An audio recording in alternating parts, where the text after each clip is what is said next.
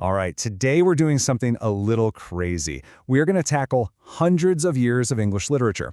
And our guide for this whole whirlwind tour, it's not some dusty old textbook or a library, it's something way more personal. Let's take a look. Okay, so I know what you're thinking. This looks like a total mess, right? Just a chaotic jumble of notes and quotes and names. But believe it or not, this is our roadmap. Tucked away in all these scribbles are the key turning points, the big ideas, the rebellious movements that completely shaped the course of English Lit. So let's follow the trail together, and we're going to start right at the beginning. First stop on our journey, a time of absolutely incredible change and creativity. We're talking about the Renaissance. And this wasn't just, a minor update. It was a complete reinvention of, pretty much everything: art, science, and of course, literature. So to get our bearings, we're looking at a big chunk of time here, roughly from 1500 all the way to 1660. This stretch includes the legendary Elizabethan age, the golden age of English drama, and then it's followed by the Jacobean period. It was just a century and a half of explosive growth. So what was driving all this? This slide really breaks it down. The word Renaissance literally means rebirth. It was all about rediscovering classical learning and this new way of thinking called humanism, which basically put human experience and potential right at the center of the universe. And the game changer? William Caxton's printing press.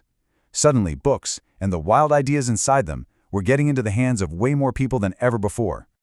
And look, when you talk about the English Renaissance, there's one name that just looms over everything. It feels like all that creative and intellectual energy of the age was funneled right into the work of one man, William Shakespeare. You know this line, to be or not to be.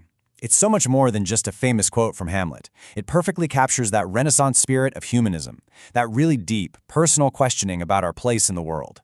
Shakespeare didn't just write plays. In a way, he was helping invent what it even means to be human. But Shakespeare wasn't the only game in town, not by a long shot.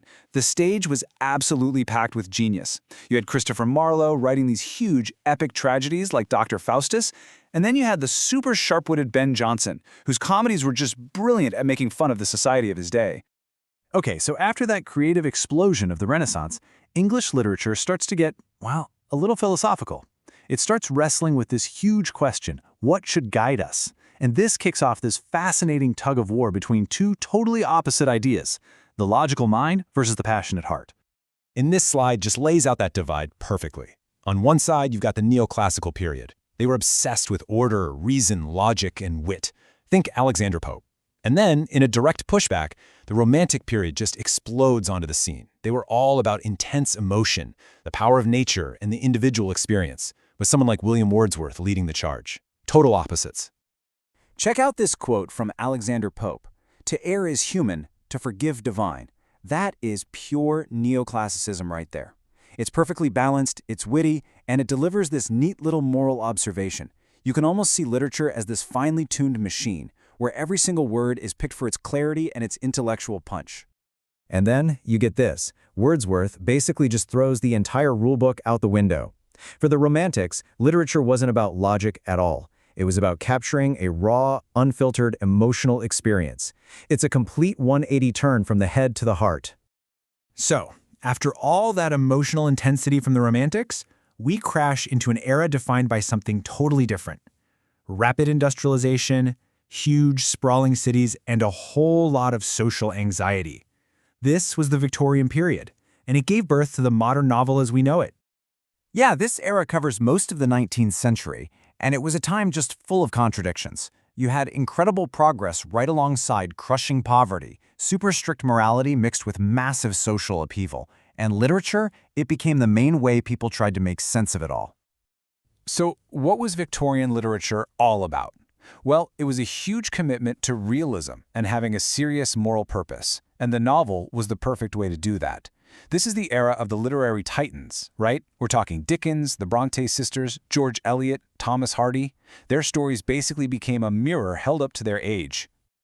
And nobody captured that age better than Charles Dickens. His novels, which often came out in little installments, weren't just entertainment. They were national events. They were powerful social critiques that forced readers to look at the harsh realities of poverty, a broken justice system, and the huge class divides in industrial London. This line right here, "It is a far, far better thing that I do than I have ever done." It just perfectly captures the high emotional stakes and the moral seriousness of Victorian novels. These weren't just little stories. They were these grand dramas about sacrifice, redemption, and trying to find meaning in a world that was changing way too fast. All right, as we roll into the 20th century, the ground completely shifts under our feet again. After the certainties of the Victorian age, a new generation of writers, shaken by war, new ideas in psychology, they just started tearing up the old rulebook. They wanted to explore the chaotic landscape of the inner mind. I mean, the 20th century was just this dizzying blur of new movements. We go from the early modern period to the Georgian poets, and then slam into the even more experimental postmodern era. The pace of change in literature was just accelerating like crazy, really reflecting a world that felt like it was spinning out of control.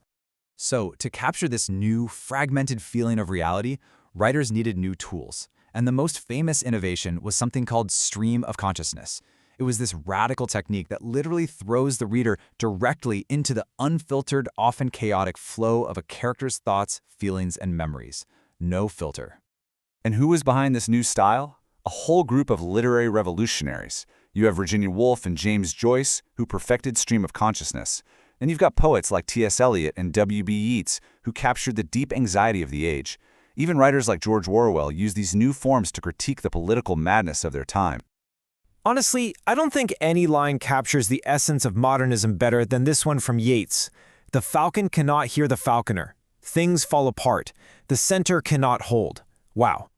It's just this powerful image of a world that has completely lost its way, a sense of disconnection and collapse that really haunted the 20th century imagination and, fueled its greatest art. So, when you step back and look at the whole journey, it's clear the story of literature is all about constant reaction and evolution, right? From the classical rebirth of the Renaissance, writers swung to the logical precision of neoclassicism, which then sparked the emotional rebellion of the Romantics. That emotion got grounded in the social realism of the Victorians before the modernists came along and just shattered that mirror to look inward at the mind itself. One thing always leads to the next. And all of this leaves us with a really fascinating question.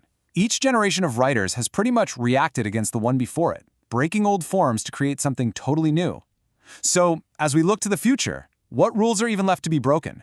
And what kind of stories are going to define our own era? Makes you think, doesn't it?